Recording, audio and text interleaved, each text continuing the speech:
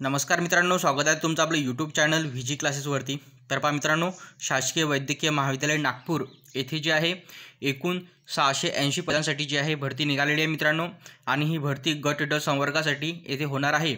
आजच्या व्हिडिओमध्ये आपण या भरतीविषयी सविस्तर माहिती घेणार आहोत।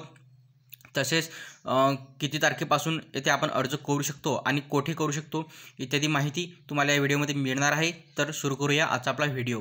तर पहा मित्रांनो, आजपर्यंत मी तुम्हाला कधीही आपल्या चॅनलला सबस्क्राइब करायचं म्हटलेलं नाही कुठल्या पण व्हिडिओमध्ये, परंतु मित्रांनो या व्हिडिओमध्ये तुम्हाला सबस्क्राइब करायसाठी आवर्जून इथे सांगत आहे मित्रांनो। जर तुम्ही आपले व्हिडिओ कंटिन्यू बघत असाल तर प्लीज आपल्या चॅनलला इथे सबस्क्राइब करा। आणि जे पण नवीन लोक आपल्या चॅनलला व्हिजिट दिलेली असेल त्यांनी सुद्धा आपल्या चॅनलला सबस्क्राइब करा। आपण अशाच प्रकारे सरळ सेवा भरतीविषयीचे जे व्हिडिओ आहेत ते आपल्या चॅनलवरती घेऊन येत असतो। तर पहा मित्रांनो, जर तुम्ही आपल्या चॅनलला सबस्क्राइब करत त्यासाठी तुम्हाला कुठले पैसे वगैरे काही लागणार नाही आहेत मित्रांनो, फ्रीमध्ये तुम्ही सबस्क्राइब करू शकता।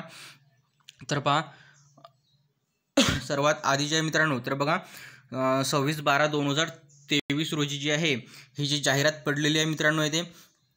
आणि त्यानंतर बघा येथे गट ड संवर्गासाठी बघा नागपूर जिल्ह्यातील जे आहे शासकीय वैद्यकीय दंत आयुर्वेद महाविद्यालय येथे ही जागा निघालेली आहे।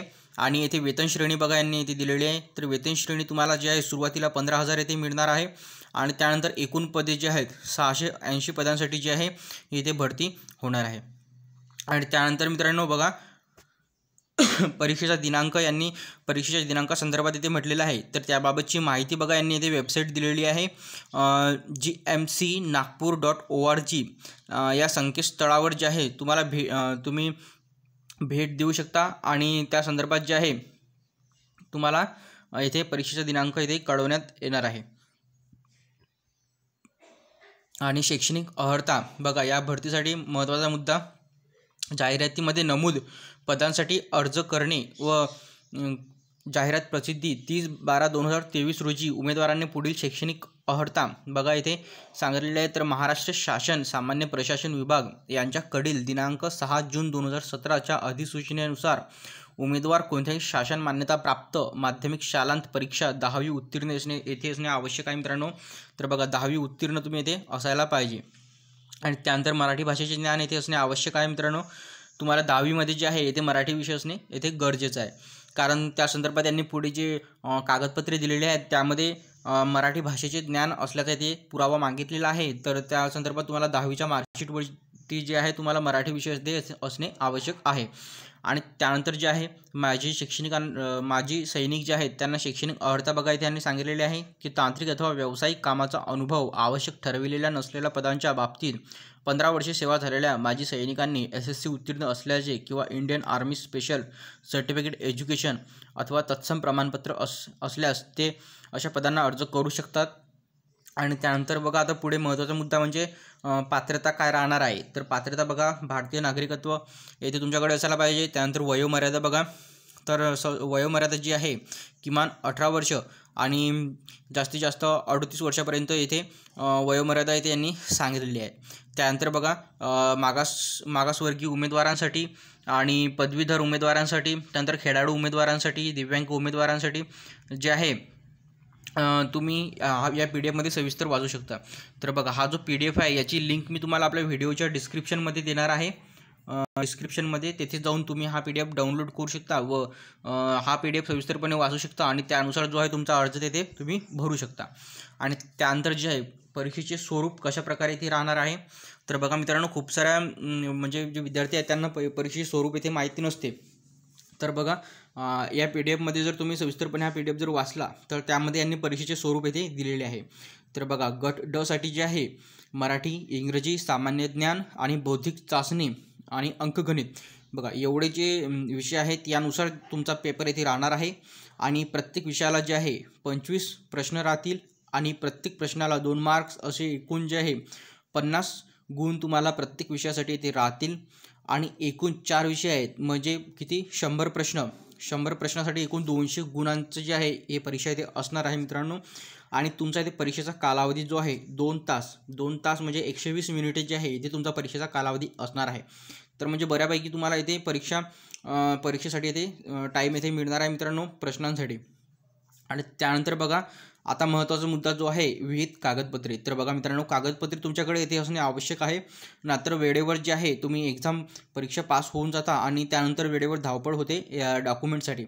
तर बघा कागदपत्रे जे आहे, तर बघा प्रोफाईलद्वारे केलेल्या विविध दाव्याच्या अनुषंगाने जे आहे परीक्षाकरिता जो आहे अर्ज सादर करताना खेळाडू, दिव्यांग, माजी सैनिक, अनाथ तसेच प्रकल्पग्रस्त, भूकंपग्रस्त व पदवीधर, अंशकालीन कर्मचारी आरक्षणाचा दावा करणाऱ्या उमेदवारांनी आवश्यक कागदपत्रे PDF फाईल फॉर्मॅटमध्ये संलग्न म्हणजे अपलोड येथे करावी लागणार आहेत. त्यानंतर बघा विविध सामाजिक व समांतर आरक्षणाचा दावा करणाऱ्या उमेदवारांची पात्रता आजमावल्यानंतर जे आहे उमेदवार जाहिरातीनुसार पात्र ठरत असल्यास सदर अर्ज करताना खालील कागदपत्रे जे आहे येथे अपलोड करणे गरजेचं आहे. तर बघा मित्रांनो, येथे कुठली कागदपत्रे तुम्हाला अपलोड करावी लागतील, तर बघा आवश्यकतेनुसार अर्जातील जे आहे नावाचा पुरावा म्हणून तुम्हाला SSCचं जे आपलं सर्टिफिकेट राहते ते इथे अपलोड करावं लागणार आहे.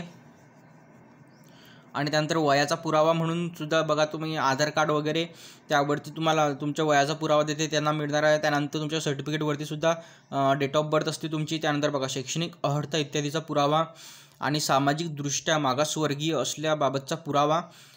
तुमच्याकडे जर EWS वगैरे जर असणार EWSचं सर्टिफिकेट तर तुम्ही येथे ते अपलोड करू शकता. त्यानंतर आर्थिकदृष्ट्या दुर्बल घटक असल्याचा बाबतचा पुरावा. त्यानंतर बघा अर्ज सादर करण्याचा अंतिम दिनांकास वैध असणारे नॉन क्रिमिलेअर प्रमाणपत्र. तर बघा मित्रांनो, तुम्ही जर OBC मधून असाल तर बघा तुम्हाला नॉन क्रिमिलेअर माहिती असणार, इथे नॉन क्रिमिलेअर प्रमाणपत्र तुमच्याकडे इथे असायला पाहिजे. त्यानंतर बघा पात्र दिव्यांग व्यक्ती असल्याचा पुरावा. त्यानंतर पात्र माजी सैनिक असल्याचा पुरावा. त्यानंतर खेळाडू आरक्षणासाठी पात्र असल्याचा पुरावा आणि अनाथ आरक्षणासाठी पात्र असल्याचा पुरावा. हे जर डॉक्युमेंट तुमच्याकडे असतील तर आवश्यकतेनुसार तुम्हाला इथे अपलोड करायचे आहेत. सर्वच केले पाहिजे असं नाही मित्रांनो.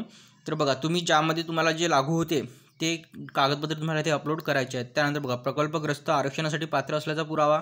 त्यानंतर भूकंपग्रस्त आरक्षणासाठी पात्र असल्याचा पुरावा.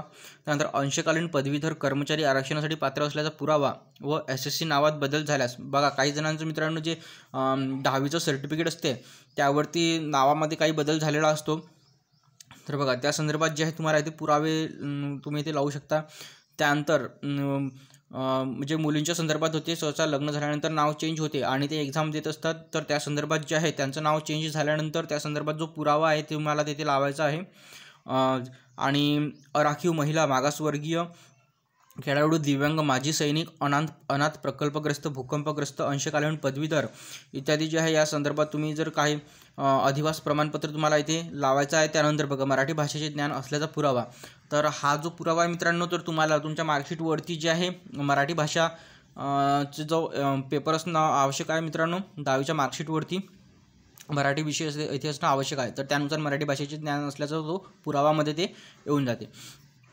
तर पहा मित्रांनो, अशा प्रकारे जे आहे आपण इथे माहिती घेतली. त्यानंतर बघा केंद्र निवड. तर केंद्र निवड बघा हा पण एक म्हणजे महत्त्वाचाच मुद्दा आहे, कारण केंद्राची निवड आहे ते आवश्यक आहे मित्रांनो. तुम्ही तुमच्या सोयीनुसार जे आहे केंद्राची इथे निवड करू शकता तुमच्या जिल्ह्यामध्ये.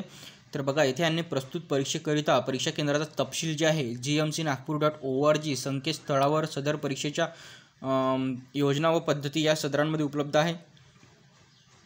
त्यानंतर परीक्षा केंद्र बदलाबाबतची विनंती कोणत्याही परिस्थितीत अथवा कारणास्तव मान्य करण्यात येणार नाही. तर बघा हे यांनी आधीच सांगितलेलं आहे.